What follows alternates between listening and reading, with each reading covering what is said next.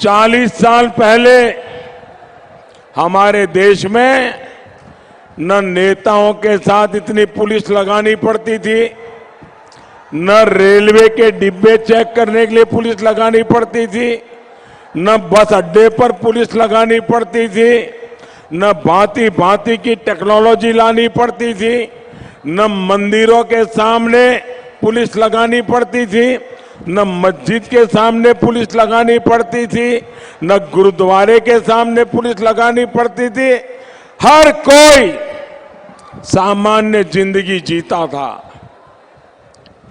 आज जो पैसा गरीबों के लिए काम आना चाहिए, जिस पैसों से गरीबों के लिए स्कूल बनना चाहिए, जिस पैसों से गरीबों के लिए अस्पताल बनना चाहिए, 40 साल से ये पैसे बम, बंदूक और पिस्तौल में हमें खर्च करना पड़ रहा है।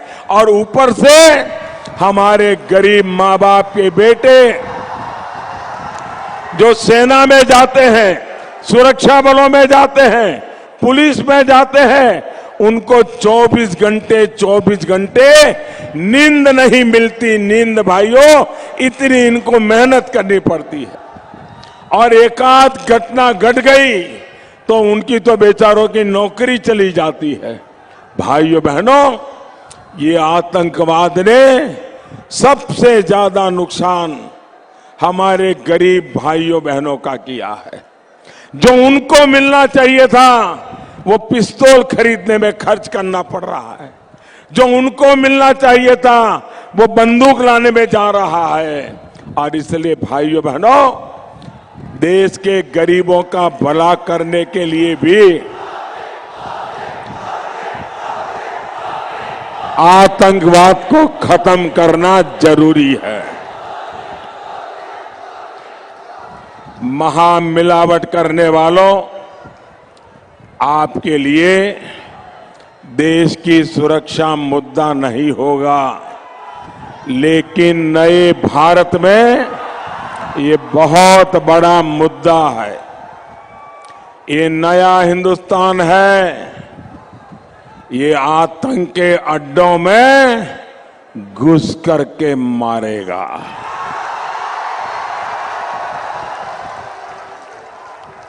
साथियों, इन लोगों की इसी सोच की वजह से दरभंगा ने भी आतंक को बहुत करीबी से देखा है। इन लोगों की इसी सोच की वजह से देश को आतंक का ऐसा मॉड्यूल मिला जिसने दरभंगा की प्रतिष्ठा को नुकसान पहुंचाया। लेकिन वो दिन और थे। आपका ये चौकीदार चौकन्ना है। न कोई मॉड्यूल रहेगा और न ही कोई मिलिटेंट बचेगा।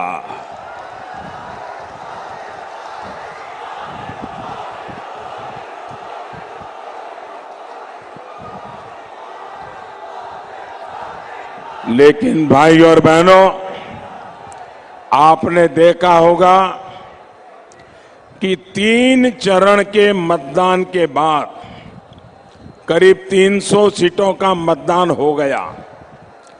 ये 3 चरण के मतदान के बाद ये जो उछल उछल करके गला फाड़ फाड़ करके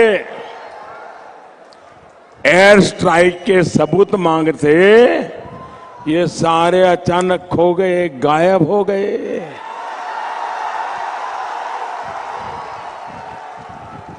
जो पहले पाकिस्तान की पैरोकारी कर रहे थे, वो आज मोदी और अब ईवीएम को गाली देने में जुट गए हैं।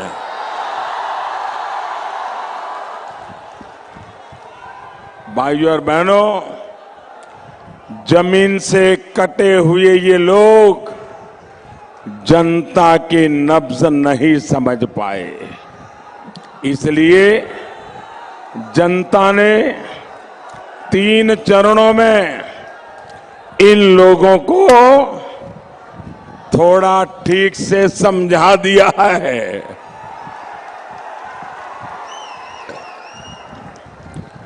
इसलिए ऐसे लोग चिढ़े हुए हैं, बौखलाए हुए हैं।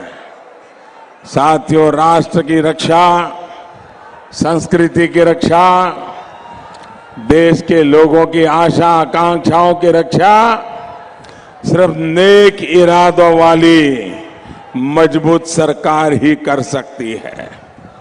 सोचिए भाइयों बहनों, ये महामिलावट करने वाले अपने वायदों में भी